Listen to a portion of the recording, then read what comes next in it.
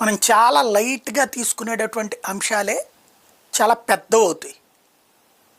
తీవ్రవాదులకి ఆంధ్రప్రదేశ్ ఉమ్మడిగా ఉన్నప్పుడైనా ఇప్పుడైనా సరే shelter zone, at the same time ప్రయోగశాల. గుర్తుపెట్టుకోవాలి, ప్రత్యక్షంగా మనం అనుభవించినటువంటి సంఘటనలు. మచిలీపట్నంలో ప్రార్థన జరుగుతున్నటువంటి సందర్భంలో పేలుడు జరిగినాయి. విజయవాడ కృష్ణలంక రామాలయం దగ్గర పేలుడు జరిగింది.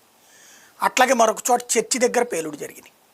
ఈ మూడు కూడా విజయవాడ దగ్గర ఉన్నటువంటి నూజివీడులో ఒక మామిడి తోటని అద్దెకి తీసుకున్నటువంటి దీన్దార్ అంజుమ్ అనేటటువంటి సంస్థ కొనుక్కున్నటువంటి దీన్దార్ అంజుమ్ అనేటటువంటి సంస్థ అక్కడ టైమర్ బాంబులు తయారు చేసి పేలుళ్ళు సృష్టించింది. ఇది ఎప్పుడు బయటపడింది? తమిళనాడులో వీళ్ళు వెళ్తున్నటువంటి వెహికల్ పొరపాటున బోల్తా